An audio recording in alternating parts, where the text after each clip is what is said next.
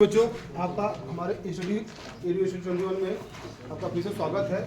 आज हम लोग फिर एक नए चैप्टर के साथ सामने आए हैं। इसको देखते हम पढ़ेंगे। इसके पहले चैप्टर नंबर 5 लगभग हम लोग खत्म कर चुके हैं। उधर देखिए मेंस्ट्रुएशन खत्म हो गया है। ट्रिग्नोमेट्री हमको अभी आप लोगों को पढ़ाना है बेसिक से। इसको हम ट्रिग्नोमेट्री को रिकॉर्डेड क्लास मिलेगा आप लोगों को और लाइव भी क्लास मिलेगा आप लोगों को, ठीक है। परीक्षा तक हम आपकी पूरी सहयोग करेंगे बच्चों। जब तक आप लोगों की परीक्षा न बीत जाए हम आपसे हमेशा जुड़े रहेंगे। लाइव भी मिलेगा आप लोगों को और रिकॉर्डेड क्लास मिलेगा, दोनों क्लास मिलेगा।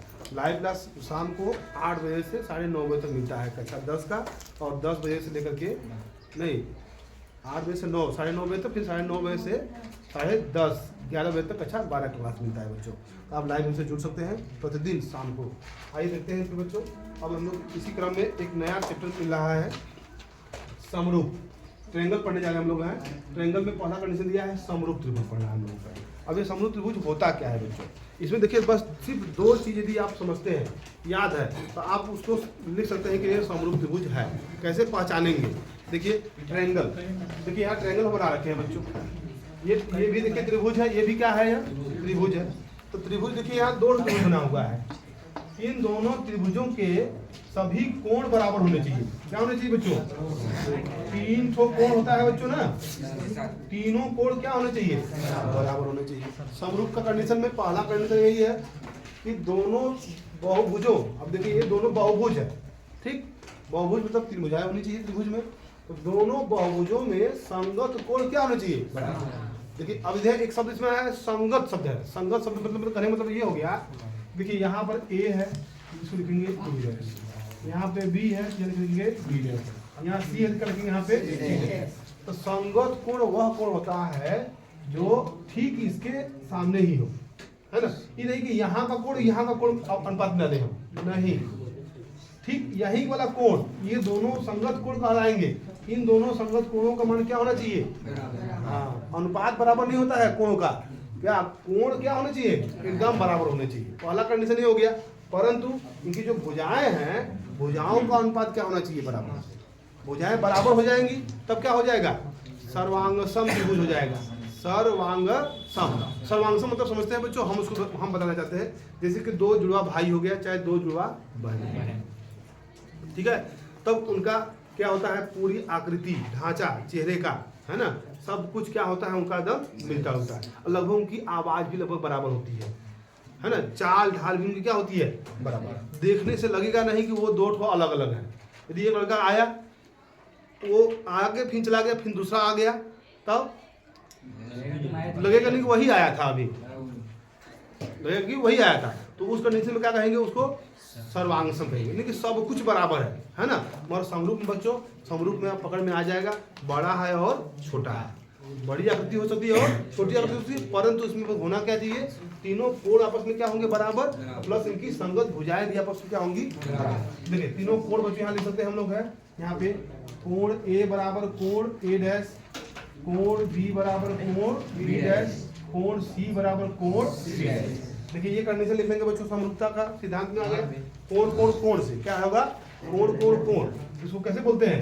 एंगल एंगल एंगल, ऐसे एंगल एंगल एंगल के क्रम से हो गया, कंडीशन हो गया। दूसरा क्या है? साइड साइड साइड, ये साइड साइड साइड, ये साइड इस साइड के अनुपात देखिए, AB बटा के AB बटा के A' बराबर BC बटा के B' C'। फिर क्या है? AC बटा के A'। देखिए ये कंडीशन हो गया। तो ये देखिए इसको क्या लिखेंगे बच्चों? Side side side. ये देखिए इनकी संगत भुजाओं का अनुपात क्या होना चाहिए? बराबर। तब हम इस कंडीशन में क्या कहेंगे बच्चों? ये दोनों त्रिभुज कैसे हैं? समरूप होगा, सर्वांगसम नहीं होगा। सर्वांगसम के लिए क्या कहेंगे हम? सब कुछ बराबर होना चाहिए, भुजाओं का अनुपात नहीं, भुजाएं ही आपस में क्या होती हैं? बराबर होती है। इसको लिख लीजिए अच्छे से, फिर आगे बताते हैं। देखिए बच्चों आगे देखिए त्रिभुज के बारे में थोड़ा सा हम आपको बता देते हैं। 2-3 पॉइंट और है हमारे पास। ऐसी आकृतियां जो आकार में तो समान है परंतु उनकी माप क्या है? समान न हो, समरूप आकृतियां कहलाती है। मतलब ऐसी आकृति आकार में समान है। देखिए ऐसी, देखिए एक छोटी है, क्या है? बड़ी है।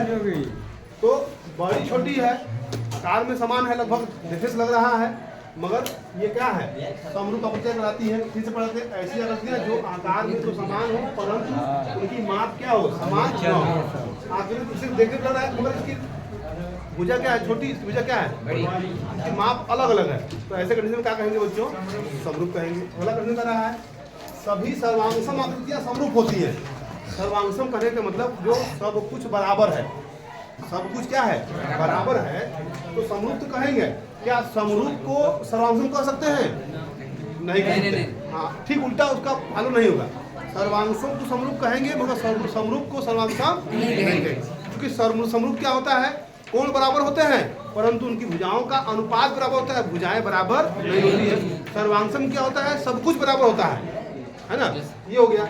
ये कह रहा है कि यदि किसी त्रिभुज की एक भुजा के समांतर अन्य दो भुजाओं को अलग अलग बिंदुओं पर काटने के लिए एक रेखा खींची जाए तो ये अन्य दो भुजाएं एक ही अनुपात में विभाजित होती है। इसको देखिए यहाँ पे, जैसे कि एक त्रिभुज है, यहाँ पे है, इसके समांतर ऐसे रेखा खींचा गया, इस रेखा के समांतर रेखा खींचा गया।